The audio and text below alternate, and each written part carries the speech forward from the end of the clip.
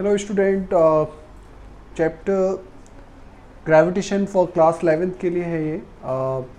आज के वीडियो में मैं आपको बताने जा रहा हूँ कि हाउ द वेरिएशन इन जी में कैसे वेरिएशन होता है। सबसे पहले ग्रेविटेशन के बेसिक्स आपको पता होना चाहिए, जो क्लास 9th में आपने पढ़ा है। न्यूटन्स का लॉ ऑफ ग्रेविटेशन जिसे हम बोलते हैं। कोई भी दो बॉडी के बीच कोई दो बॉडीज हैं, जैसे एक ये बॉडी है, दूसरी ये है, इनके बीच का डिस्टेंस आप d मान लीजिए। ये m1 बॉडी है और ये m2 है।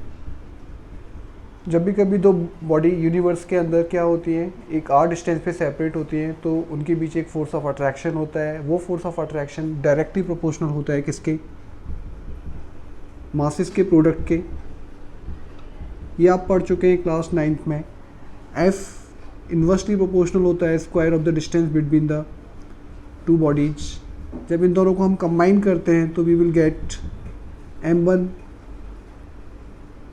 m2 अपॉन में d स्क्वायर।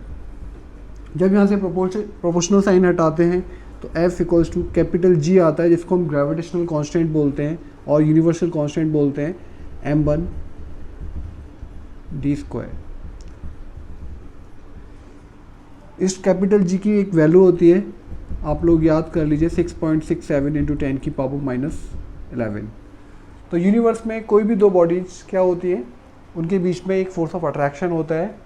वो फोर्स ऑफ अट्रैक्शन उनकी दोनों बॉडीज के प्रोडक्ट के डायरेक्टली प्रोपोर्शनल होता है और इन्वर्सली प्रोपोर्शनल होता है square of the distance. This law is called the Newton's law of gravitation. अब देखिए, we have to find out relation here for relation between small g and capital G। small g क्या होता है? acceleration due to gravity होता है। and capital G मैंने आपको बताया ग्रेविटेशनल कांस्टेंट होता है, जिसकी वैल्यू, इसका यूनिट कितना आएगा बच्चों? हम यहाँ से यदि कैपिटल G का यूनिट निकालेंगे तो न्यूटन आएगा, newton metre square upon kilogram square. दो मासेस हैं तो दोनों का यूनिट, तो ये इसका आएगा। तो how we get a relation between small g and capital G? Suppose this is our earth।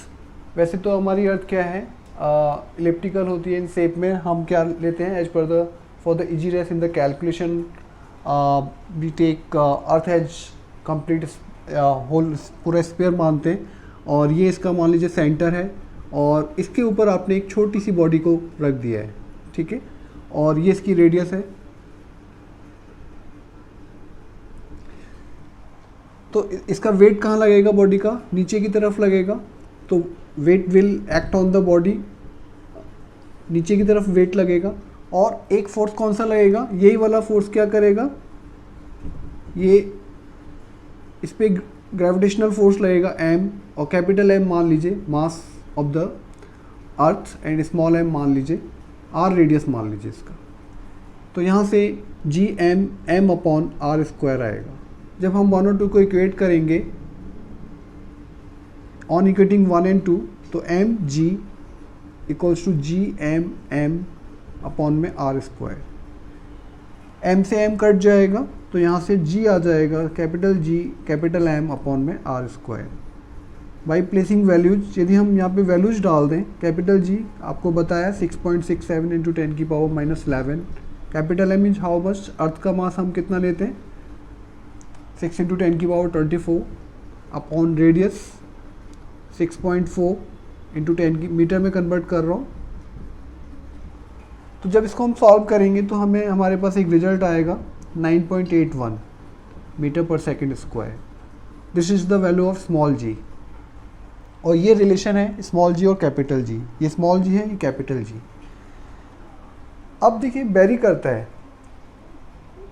जब हम अर्थ की सरफेस से ऊपर जाएं या अर्थ के अंदर जाएं तो वेरिएशन आता है इन इस वैल्यू के अंदर। ये तो सरफेस पर है, this value is at the surface. तो जब हम इनसाइड द अर्थ जाएंगे या अर्थ की सरफेस से ऊपर जाएंगे तो वहाँ पे क्या होगा, वेरिएशन आएगा और G क्या होगा बच्चों, घट जाएगा। ये इतनी वैल्यू नहीं रहेगी। तो देखिए यहाँ पर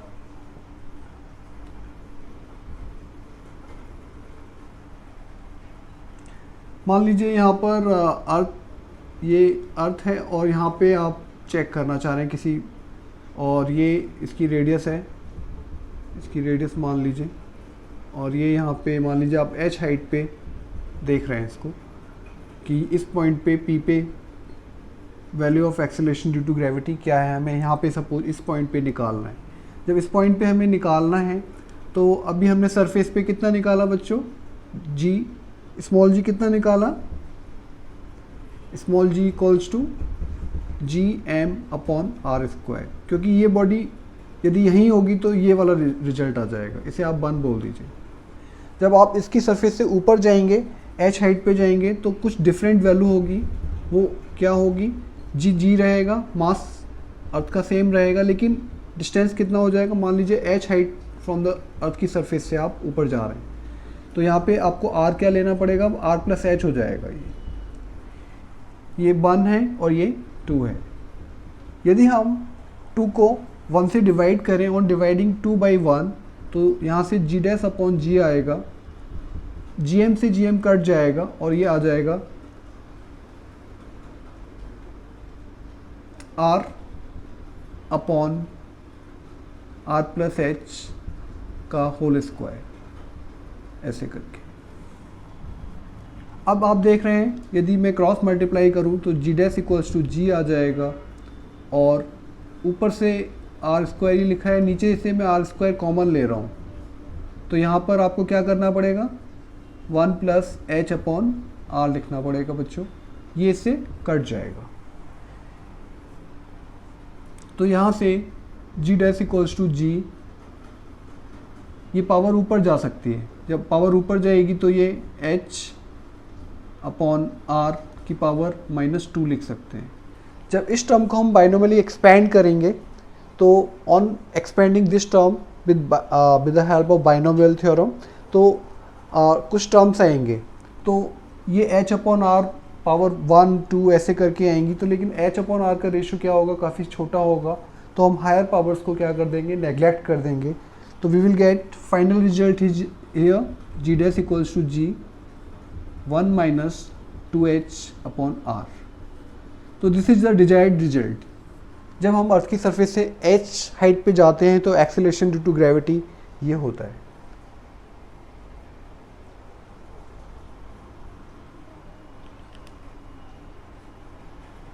ये आपको मेरा वीडियो अच्छा लगा हो, please like it, subscribe it to get more videos. Thank you.